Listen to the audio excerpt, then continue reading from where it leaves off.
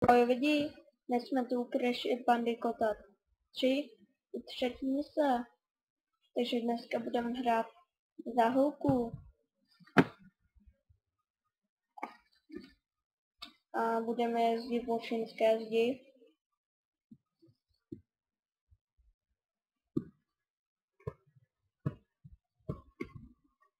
Hop.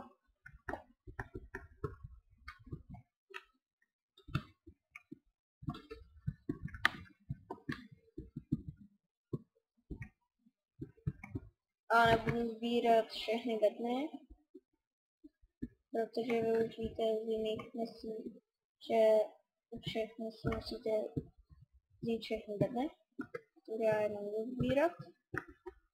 Já to dělám tak rychle.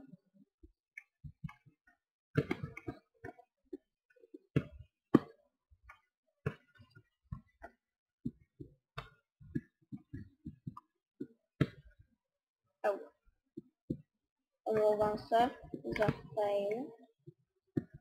Ops, a ty život. Skoro. No tam, když se trefím do tamhle toho koše, tak netrefím.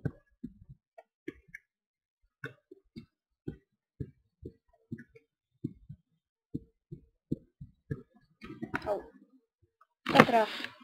To se další fail. Tak vidíte, že se mi spíš líbí hrát za Crash Bandicoot.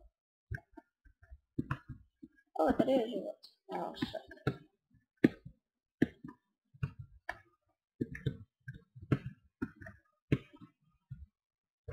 Takže my dostaneme jasným brautem.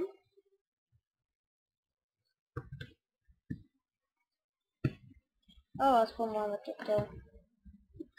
Takže já se s vámi do třetí mise loučím, uvidíme se u čtvrté mise.